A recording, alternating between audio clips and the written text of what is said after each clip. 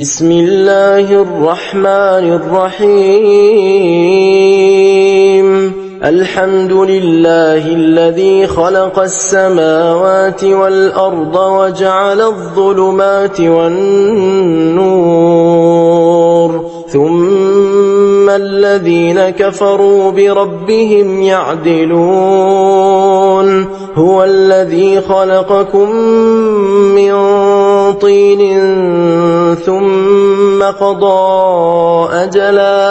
ثم قضى أجلا وأجل مسمى عنده ثم أنتم تمترون وهو الله في السماوات وفي الأرض يعلم سركم وجهركم ويعلم ما تكسبون وما تأتيهم من آية من آيات ربهم إلا كانوا عنها معرضين فقد كذبوا بالحق لما جاءهم فسوف يأتيهم أنباء ما كانوا به يستهزئون ألم يروا كم أهلكنا من قبلهم من قرن مكناهم في الأرض ما لم نمكن لكم وأرسلنا السماء عليهم مدرارا وجعلنا الأنهار تجري من تحتهم فأهلكناهم بذنوبهم وأنشأنا من بعدهم قرنا آخرين ولو نزلنا عليك كتابا في قرطاس فلمسوه بأيديهم لقال الذين كفروا إن هذا إلا سحر مبين وقالوا لولا أنزل عليه ملك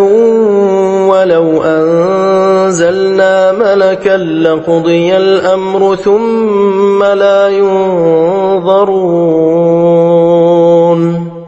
ولو جعلناه ملكا لجعلناه رجلا وللبسنا عليهم ما يلبسون ولقد استهزئ برسل من قبلك فحاق بالذين سخروا منهم ما كانوا به يستهزئون قل سيروا في الأرض ثم انظروا كيف كان عاقبة المكذبين قل لمن ما في السماوات والأرض قل لله كتب على نفسه الرحمة ليجمعنكم إلى يوم القيامة لا ريب فيه الذين خسروا أنفسهم فهم لا يؤمنون وله ما سكن في الليل والنهار وهو السميع العليم قل أغير الله أتخذ وليا فاطر السماوات والأرض وهو يطعم ولا يطعم قل إني أمرت أن أكون أول من أسلم ولا تكونن من المشركين قل إني أخاف إن عصيت ربي عذاب يوم عظيم من يصرف عنه يومئذ فقد رحمه وذلك الفوز المبين وإن يمسسك الله بضر فلا كاشف له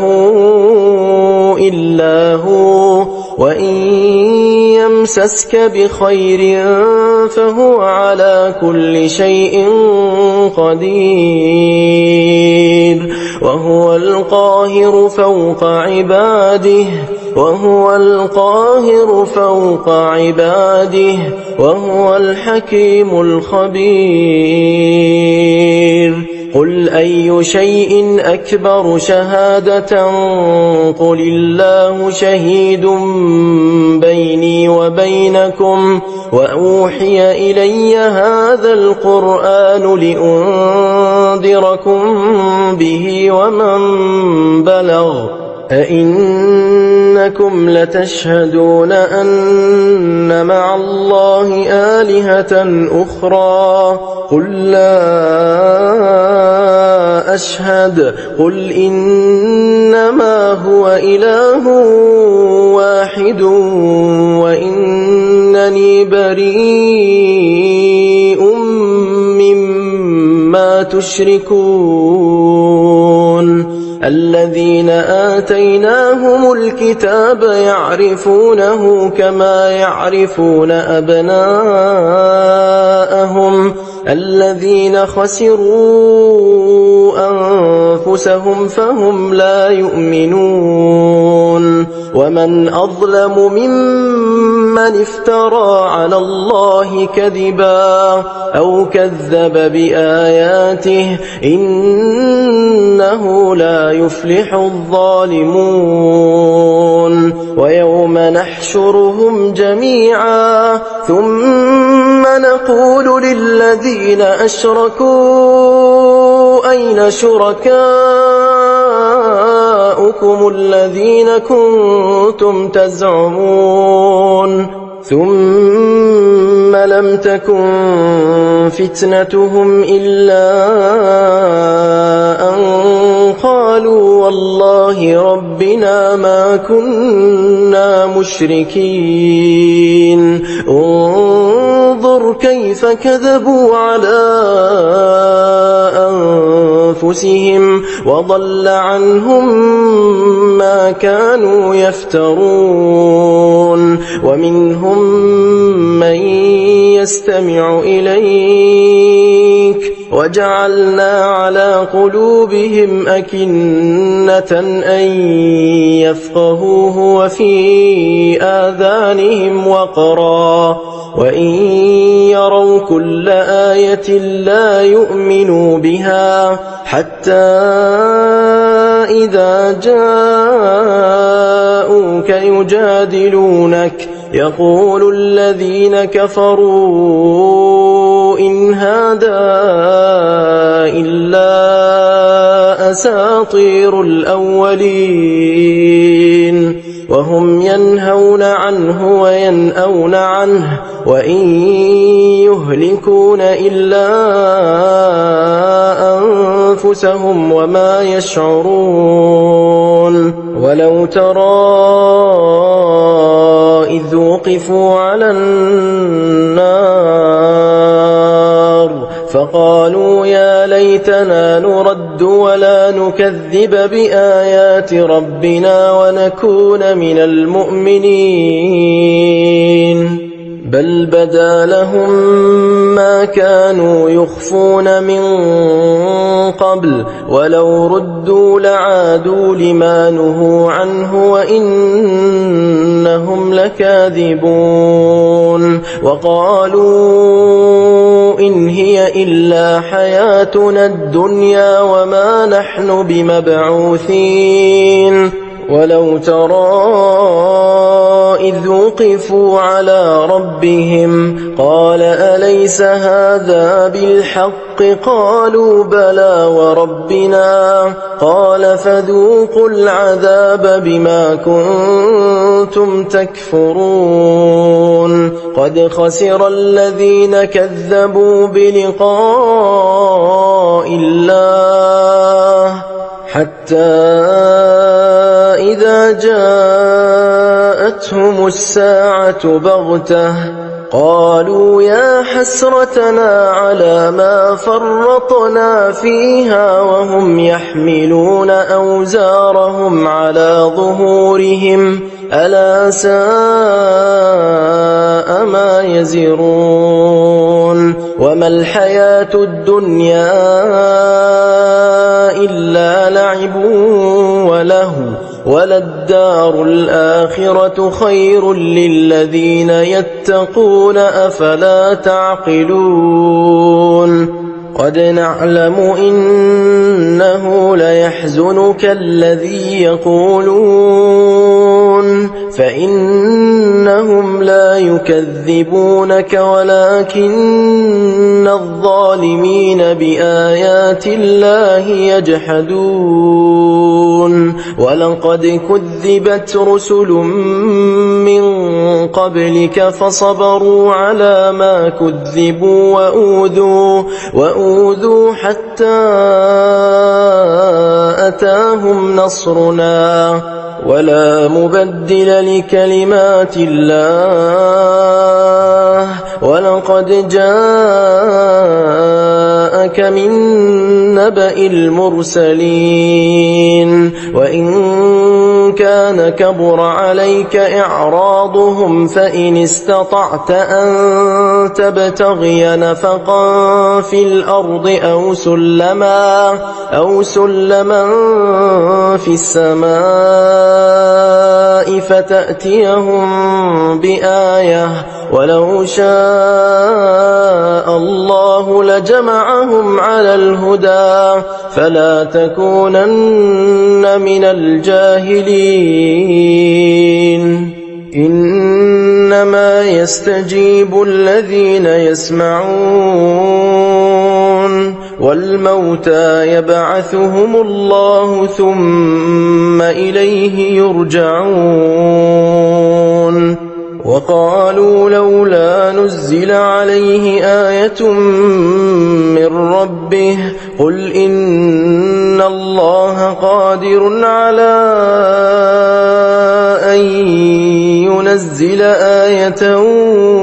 ولكن أكثرهم لا يعلمون وما من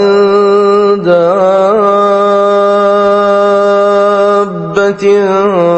في الأرض ولا طائر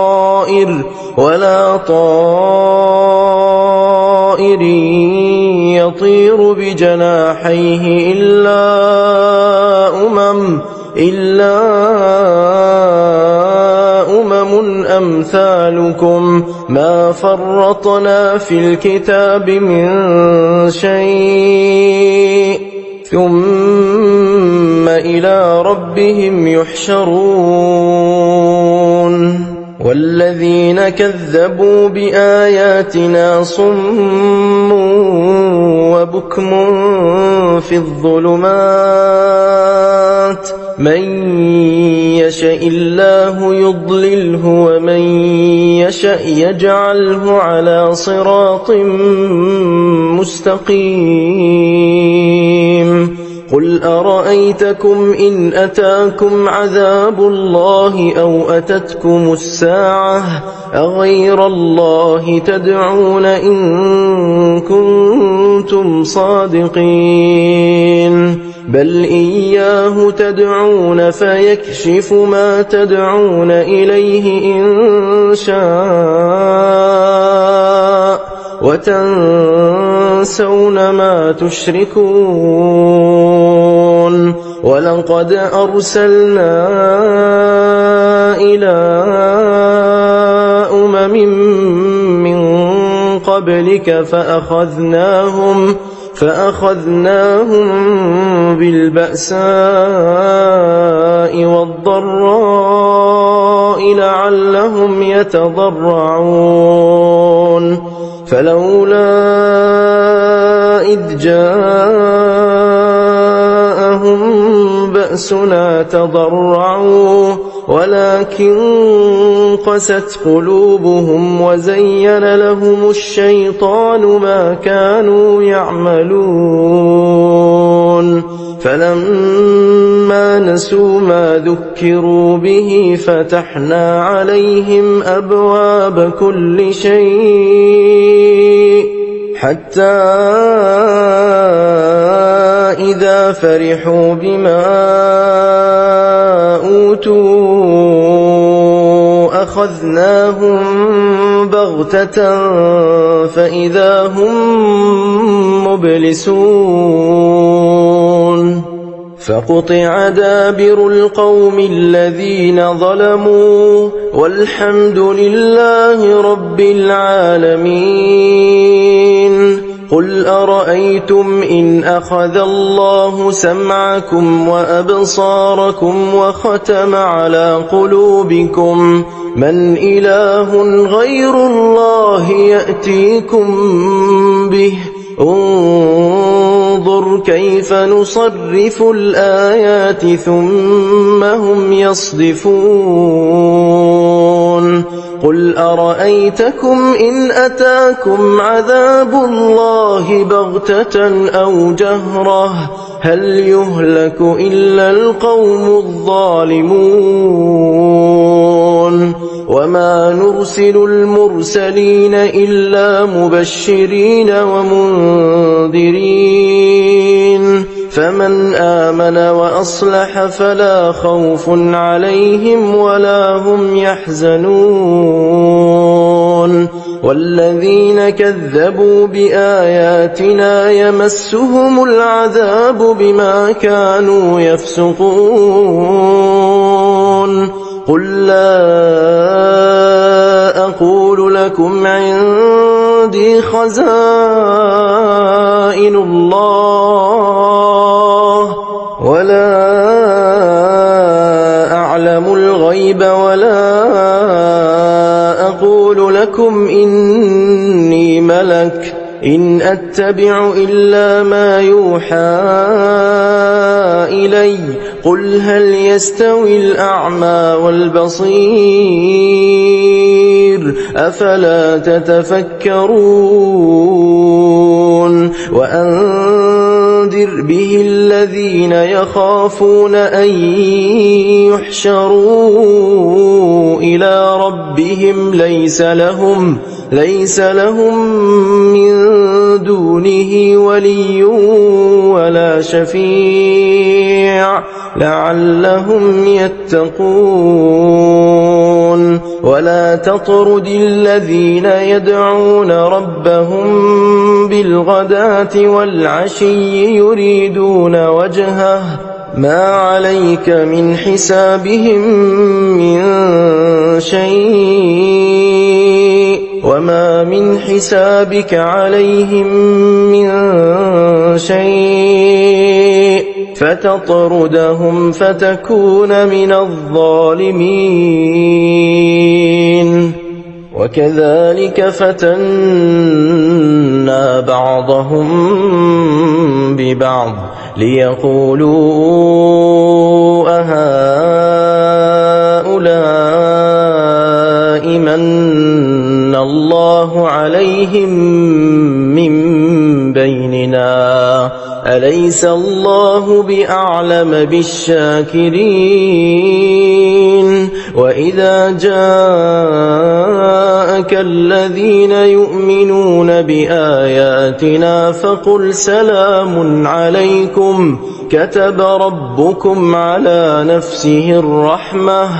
أنه من عمل منكم سوءا بجهالة ثم تاب من بعده وأصلح فأنه غفور رحيم. وكذلك نفصل الآيات ولتستبين سبيل المجرمين. قل إني نهيت أن أعبد الذين تدعون من دون الله قل لا أتبع أهواءكم قد ضللت إذا وما أنا من المهتدين قل إني على بينة من ربي وكذبتم به ما عندي ما تستعجلون به إن الحكم إلا لله يقص الحق وهو خير الفاصلين قل لو أن عندي ما تستعجلون به لقضي الأمر بيني وبينكم والله أعلم بالظالمين وعنده مفاتح الغيب لا يعلمها إلا هو ويعلم ما في البر والبحر وما تسقط من ورقة إلا يعلمها ولا حبة في ظلمات الأرض ولا رطب ولا يابس إلا في كتاب مبين وهو الذي يتوفاكم بالليل ويعلم ما جرحتم بالنهار ثم يبعثكم فيه ليقضى أجل مسمى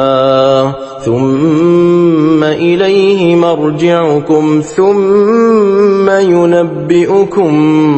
بما كنتم تعملون وهو القاهر فوق عباده ويرسل عليكم حفظه حتى إذا جاء أحدكم الموت توفته رسلنا وهم لا يفرطون ثم ردوا إلى الله مولاهم الحق ألا له الحكم وهو أسرع الحاسبين قل من ينجيكم من ظلمات البر والبحر تدعونه تضرعا وخفية لئن أنجانا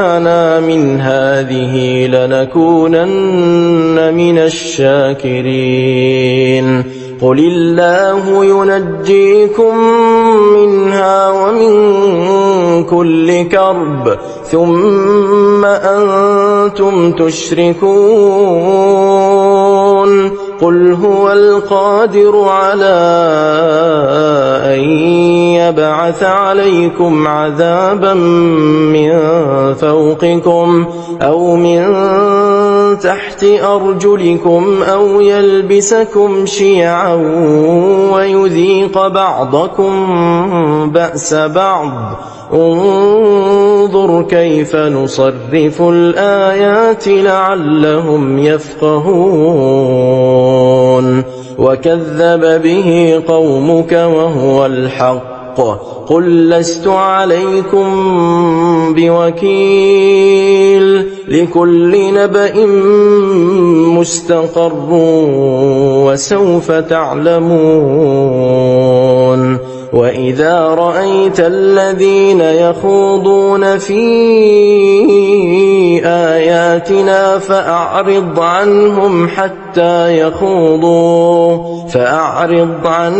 حتى يخوضوا في حديث غيره وإما ينسينك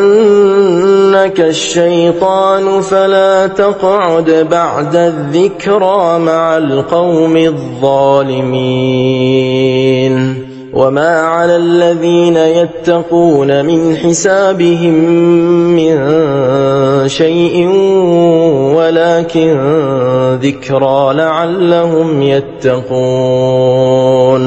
وذر الذين اتخذوا دينهم لعبا ولهوا وغرتهم الحياة الدنيا وذكر به أن تبسل نفس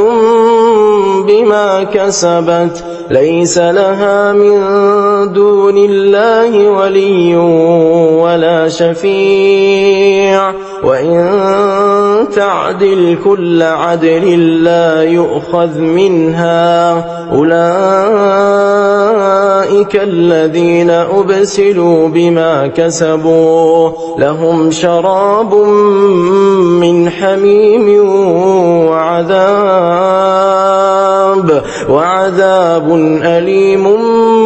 بما كانوا يكفرون قل أندعو من دون الله ما لا ينفعنا ولا يضرنا ونرد على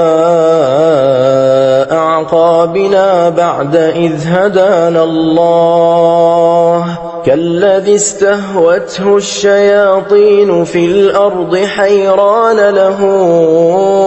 أصحاب يدعونه إلى الهدى ائتنا قل إن هدى الله هو الهدى وأمرنا لنسلم لرب العالمين وأن أقيموا الصلاة واتقوه وهو الذي إليه تحشرون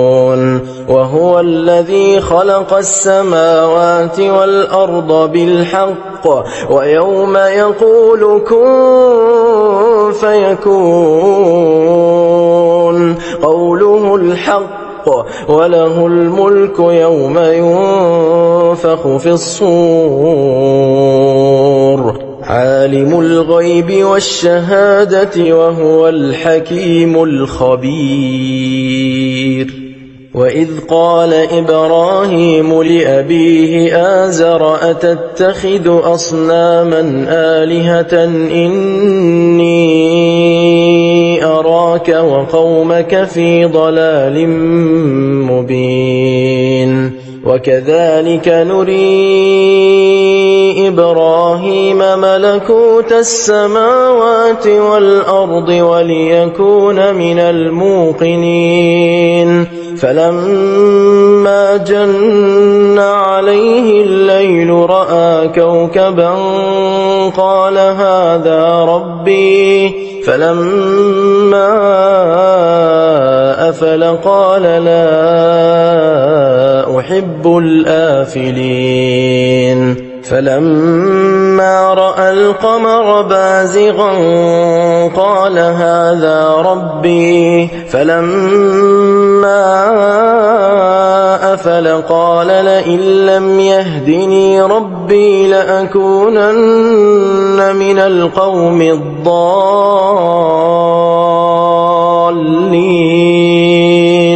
فلما رأى الشمس بازغة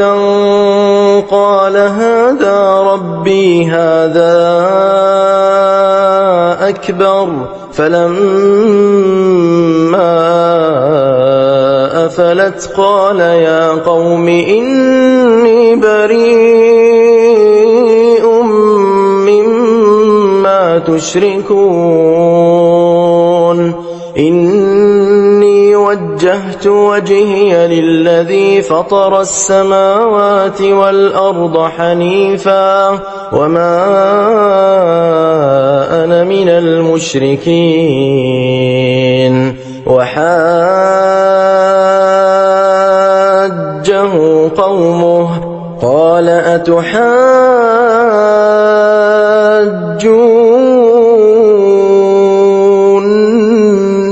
في الله وقد هدان ولا أخاف ما تشركون به إلا أن يشاء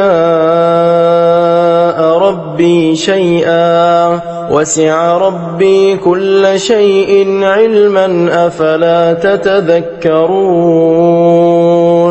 وكيف أخاف ما أشركتم ولا تخافون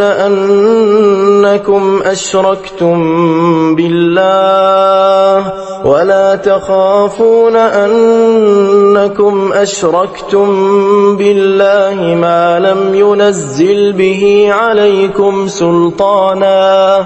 فأي الفريقين أحق بالأمن إن كنتم تعلمون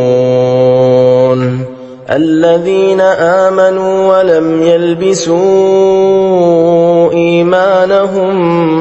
بظلم أولئك لهم الأمن وهم مهتدون وتلك حجتنا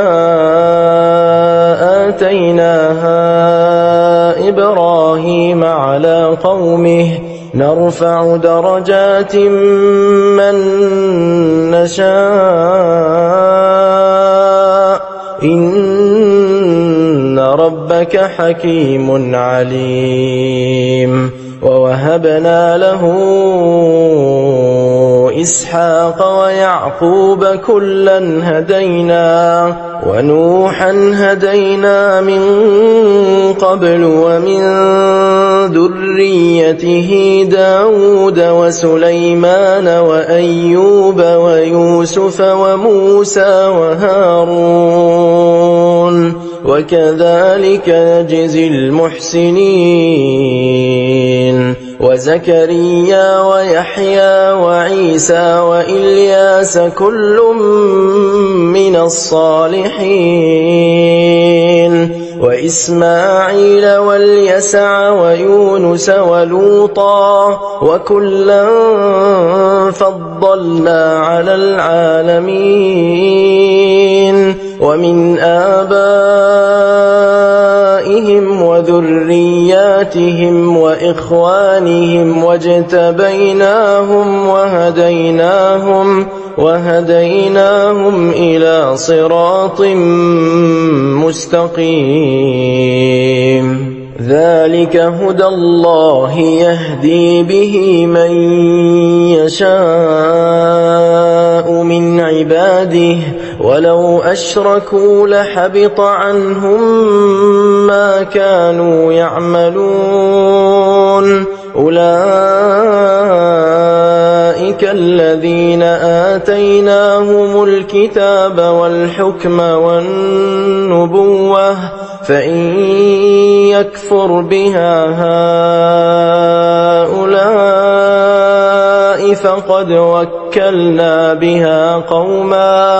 فقد وكلنا بها قوما ليسوا بها بكافرين أولئك الذين هدى الله فبهداه مقتده قل لا أسألكم عليه أجرا إن هو إلا ذكرى للعالمين وما قدروا الله حق قدره إذ قالوا ما أنزل الله على بشر من شيء قل من أنزل الكتاب الذي جاء به موسى نورا وهدى للناس تجعلونه قراطيس تبدونها وتخفون كثيرا وعلمتم ما لم تعلموا أنتم ولا آباؤكم قل الله ثم ذرهم في خوضهم يلعبون وهذا كتاب أنزلناه مبارك مصدق الذي بين يديه ولتنذر أم القرى ومن حولها والذين يؤمنون بالآخرة يؤمنون به وهم على صلاتهم يحافظون ومن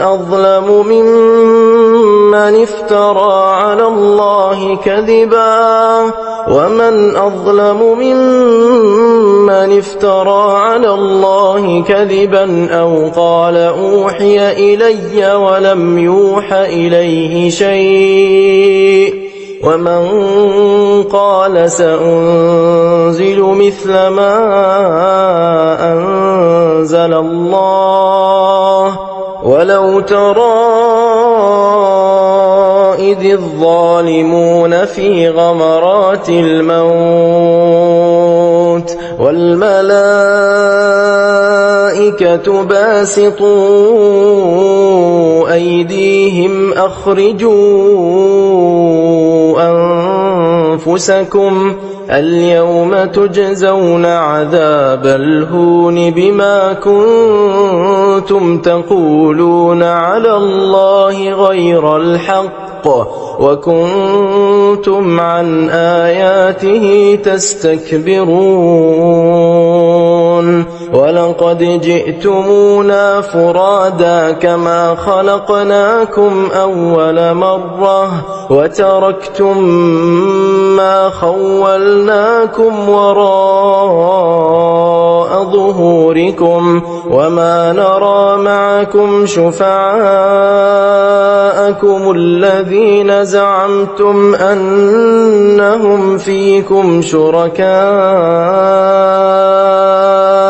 لقد تقطع بينكم وضل عنكم ما كنتم تزعمون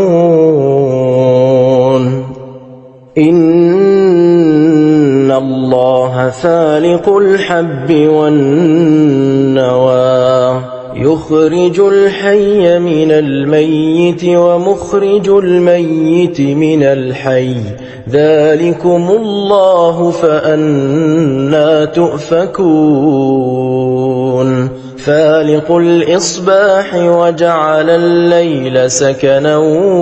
والشمس والقمر حسبانا ذلك تقدير العزيز العليم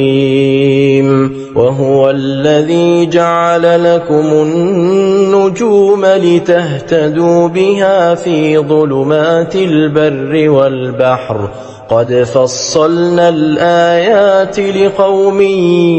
يعلمون وهو الذي أنشأكم من نفس واحدة فمستقر ومستودع قد فصلنا الآيات لقوم يفقهون وهو الذي أنزل من السماء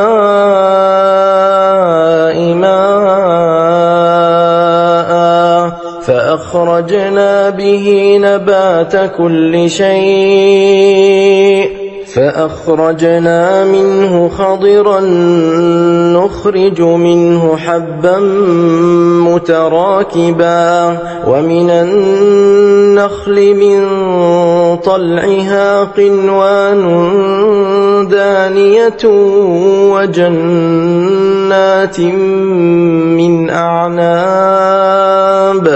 وجنات من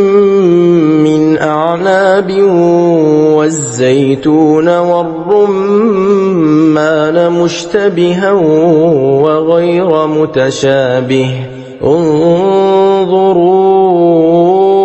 إلى ثمره إذا أثمر وينعه إن في ذلكم لآيات لقوم يؤمنون وجعلوا لله شركاء الجن خلقهم وخرقوا له بنين وبنات بغير علم سبحانه وتعالى عما يصفون بديع السماوات والأرض أنى يكون له ولد ولم تكن له صاحبة وخلق كل شيء وهو بكل شيء عليم ذلكم الله ربكم لا إله إلا هو خالق كل شيء فاعبدوه وهو على كل شيء وكيل لا تدركه الأبصار وهو يدرك الأبصار وهو اللطيف الخبير قد جاءكم بصائر من ربكم فمن أبصر فلنفسه ومن عمي فعليها وما أنا عليكم بحفيظ وكذلك نصرف الآيات وليقولوا درست ولنبينه لقوم يعلمون اتبع ما أوحي إليك من ربك لا إله إلا هو وأعرض عن المشركين ولو شاء الله ما أشركوا وما جعلناك عليهم حفيظا وما أنت عليهم بوكيل ولا تسبوا الذين يدعون من دون الله فيسبوا الله عدوا بغير علم كذلك زينا لكل أمة عملهم ثم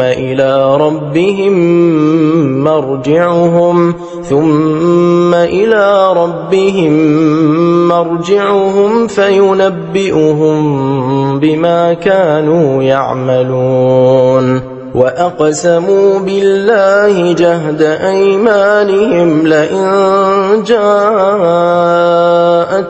آية ليؤمنن بها قل إنما الآيات عند الله وما يشعركم أنها إذا جاءت لا يؤمنون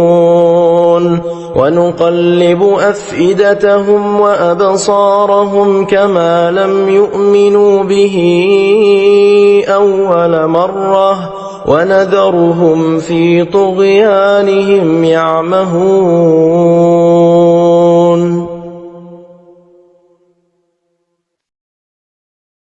ولو أننا نزلنا إليهم الملائكة وكلمهم الموتى وحشرنا عليهم كل شيء قبلا ما كانوا ليؤمنوا إلا أن يشاء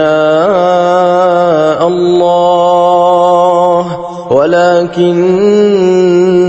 أكثرهم يجهلون وكذلك جعلنا لكل نبي عدوا شياطين الإنس والجن يوحي بعضهم إلى بعض زخرف القول غرورا ولو شاء ربك ما فعلوه فذرهم وما يفترون ولتصغى إليه أفئدة الذين لا يؤمنون بالآخرة وليرضوه وليقترفوا ما هم مقترفون أفغير الله أبتغي حكما وهو الذي أنزل إليكم الكتاب مفصلا والذين آتيناهم الكتاب يعلمون أنه منزل من ربك بالحق فلا تكونن من الممترين وتمت كلمة ربك صدقا وعدلا لا مبدل لكلماته وهو السميع العليم وإن تطع أكثر من في الأرض يضلوك عن سبيل الله إن يتبعون إلا الظن وإن هم إلا يخرصون إن ربك هو أعلم من يضل عن سبيله وهو أعلم بالمهتدين فكلوا مما ذكر اسم الله عليه إن كنتم بآياته مؤمنين وما لكم ألا تأكلوا مما ذكر اسم الله عليه وقد فصل لكم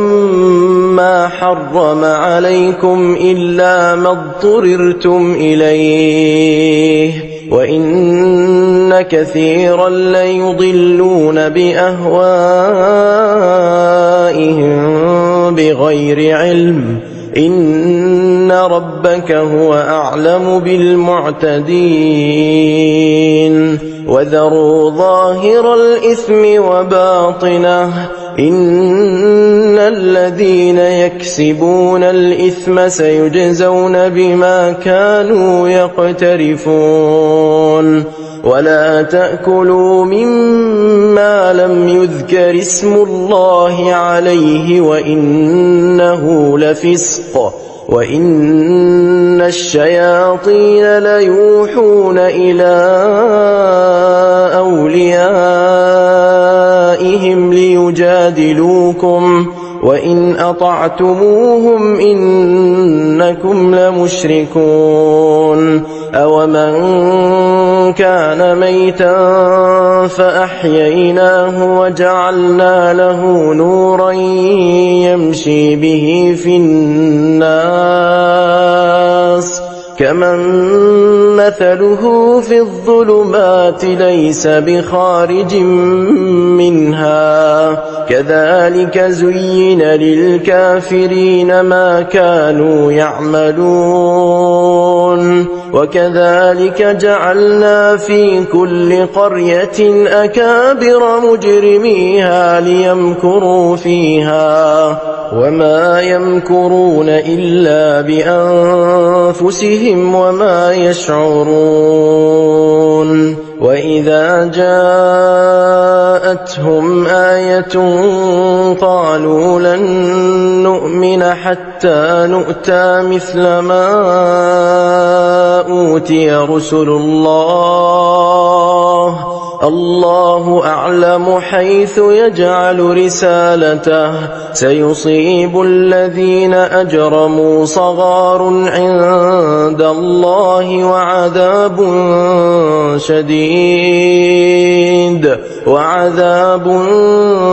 شديد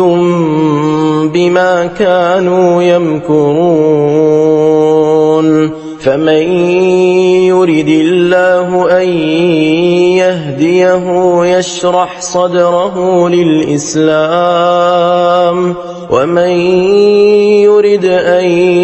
يضله يجعل صدره ضيقا حرجا كأنما يصعد في السماء كذلك يجعل الله الرجس على الذين لا يؤمنون وهذا صراط ربك مستقيما قد فصلنا الآيات لقوم يذكرون لهم دار السلام عند ربهم وهو وليهم بما كانوا يعملون ويوم يحشرهم جميعا يا معشر الجن قد استكثرتم من الإنس وقال أولياؤهم من الإنس ربنا استمتع بعضنا ببعض وبلغنا أجلنا الذي أجلت لنا قال النار مثواكم خالدين فيها إلا ما شاء الله إن ربك حكيم عليم وكذلك نولي بعض الظالمين بعضا بما كانوا يكسبون يا معشر الجن والإنس ألم يأتكم رسل منكم يقصون عليكم آياتي وينذرونكم لقاء يومكم هذا قالوا شهدنا على أنفسنا وغرتهم الحياة الدنيا وشهدوا على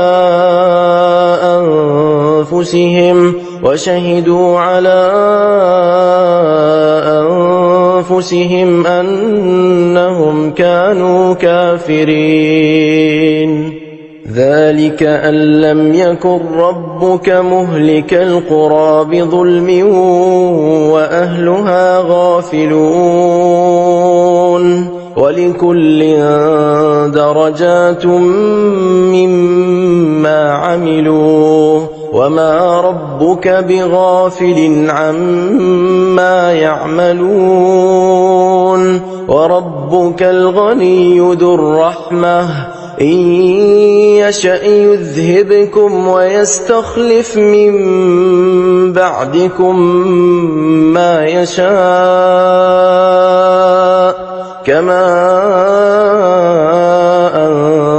أنشأكم من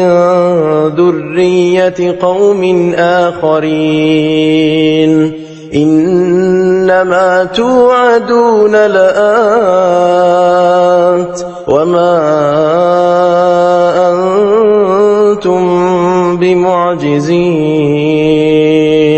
قل يا قوم اعملوا على مكانتكم إني عامل فسوف تعلمون من تكون له عاقبة الدار إنه لا يفلح الظالمون وجعلوا لله مما ذرأ من الحرث والأنعام نصيبا فقالوا هذا لله بزعمهم وهذا لشركائنا فما كان لشركائهم فلا يصل إلى الله وما كان لله فهو يصل إلى شركائهم ساء ما يحكمون وكذلك زين لكثير من المشركين قتل أولادهم شركاؤهم ليردوهم وليلبسوا عليهم دينهم ولو شاء الله ما فعلوه فذرهم وما يفترون وقالوا هذه أنعام وحرث حجر لا يطعمها إلا من نشاء بزعمهم وأنعام حرمت ظهورها وأنعام لا يذكرون اسم الله عليها افتراء عليه سيجزيهم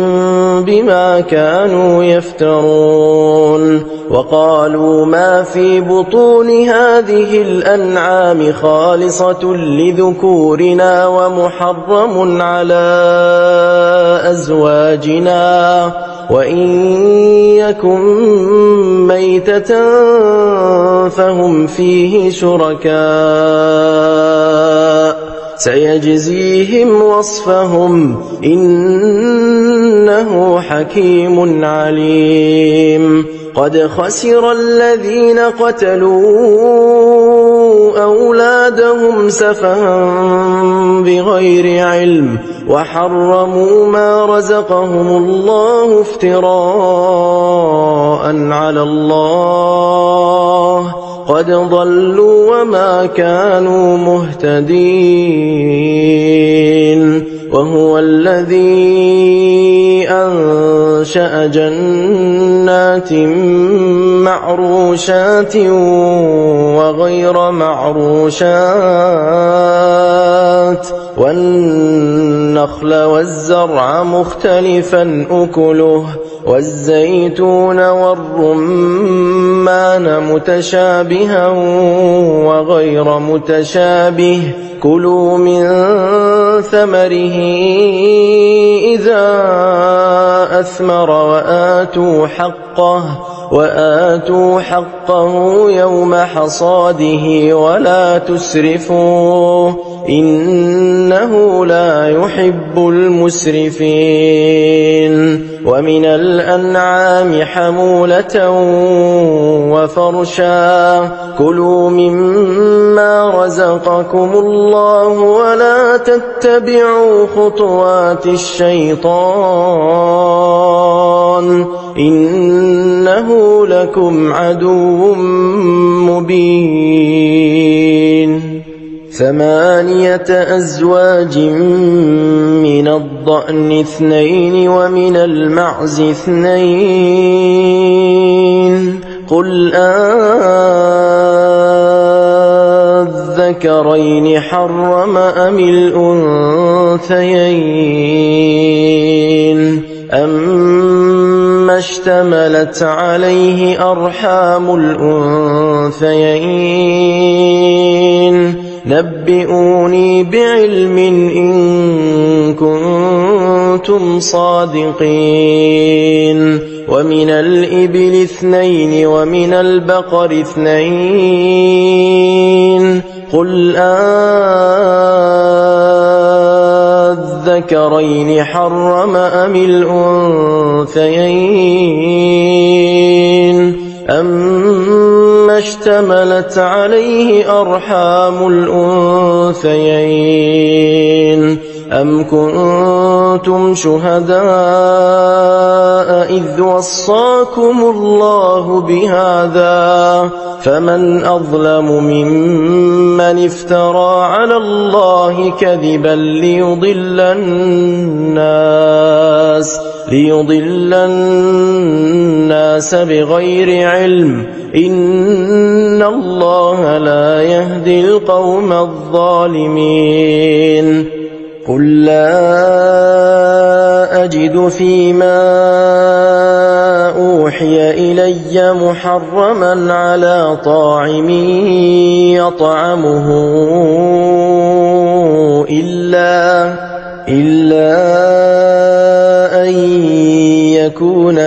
ميتة أو دما مسفوحا أو لحم خنزير فإنه رجس أو فسقا أهل لغير الله به فمن اضطر غير باغ ولا عاد فإن ربك غفور رحيم. وعلى الذين هادوا حرمنا كل ذي ظفر ومن البقر والغنم حرمنا عليهم شحومهما إلا ما حملت ظهورهما أو الحوايا أو ما اختلط بعظم ذلك جزيناهم ببغيهم وإنا لصادقون. فإن كذبوك فقل ربكم ذو رحمة واسعة ولا يرد بأسه عن القوم المجرمين. سيقول الذين أشركوا لو شاء الله ما أشركنا ولا آباؤنا ولا حرمنا من شيء كذلك كذب الذين من قبلهم حتى ذاقوا بأسنا قل هل عندكم من علم فتخرجوه لنا إن تتبعون إلا الظن وإن أنتم إلا تخرصون قل فلله الحجة البالغة فلو شاء لهداكم أجمعين قل هلم شهداءكم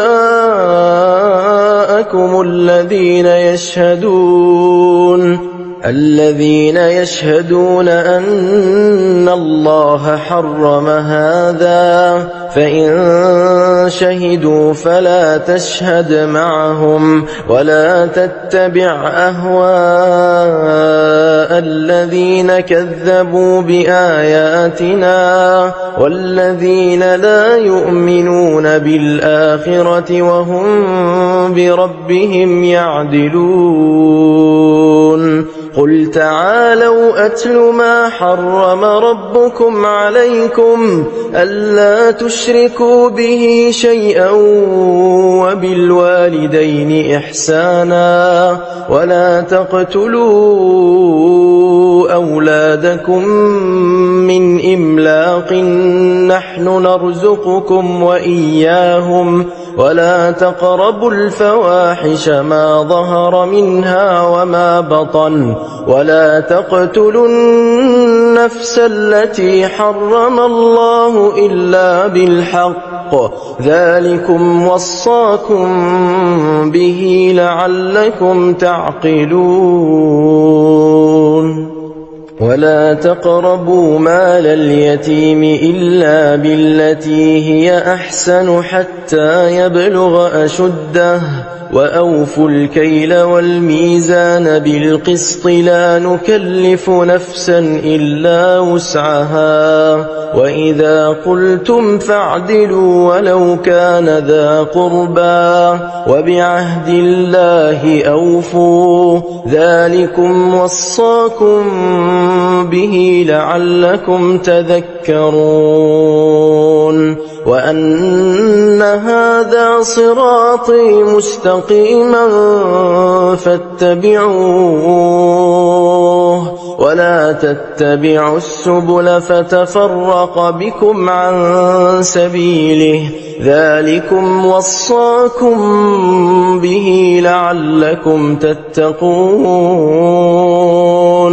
ثم آتينا موسى الكتاب تماما على الذي أحسن وتفصيلا لكل شيء وهدى وهدى ورحمة لعلهم بلقاء ربهم يؤمنون. وهذا كتاب أنزلناه مبارك فاتبعوه واتقوا لعلكم ترحمون. أن تقولوا إنما أنزل الكتاب على طائفتين من قبلنا وإن كنا عن دراستهم لغافلين. أو تقولوا لو أنا أنزل علينا الكتاب لكنا أهدى منهم فقد جاءكم بينة من ربكم وهدى ورحمة فمن أظلم ممن كذب بآيات الله وصدف عنها. سنجزي الذين يصدفون عن آياتنا سوء العذاب بما كانوا يصدفون. هل ينظرون إلا أن تأتيهم الملائكة أو يأتي ربك أو يأتي بعض آيات ربك يوم يأتي بعض آيات ربك لا ينفع نفسا إيمانها لم تكن آمنت من قبل أو كسبت في إيمانها خيرا قل انتظروا إنا منتظرون. إن الذين فرقوا دينهم وكانوا شيعا لست منهم في شيء إنما أمرهم إلى الله ثم ينبئهم بما كانوا يفعلون. من جاء بالحسنة فله 10 أمثالها ومن جاء بالسيئة فلا يجزى إلا مثلها وهم لا يظلمون. قل إنني هداني ربي إلى صراط مستقيم دينا قيما ملة إبراهيم حنيفا وما كان من المشركين. قل إن صلاتي ونسكي ومحياي ومماتي لله رب العالمين لا شريك له وبذلك أمرت وأنا أول المسلمين.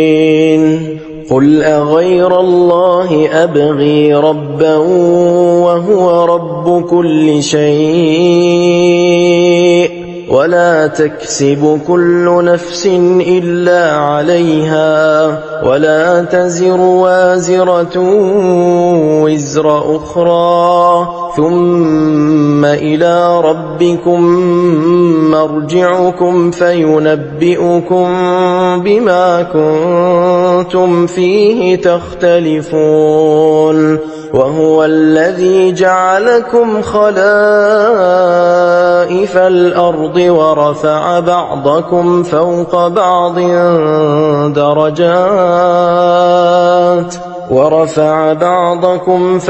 بعض درجات ليبلوكم فيما آتاكم إن ربك سريع العقاب وإنه لغفور رحيم.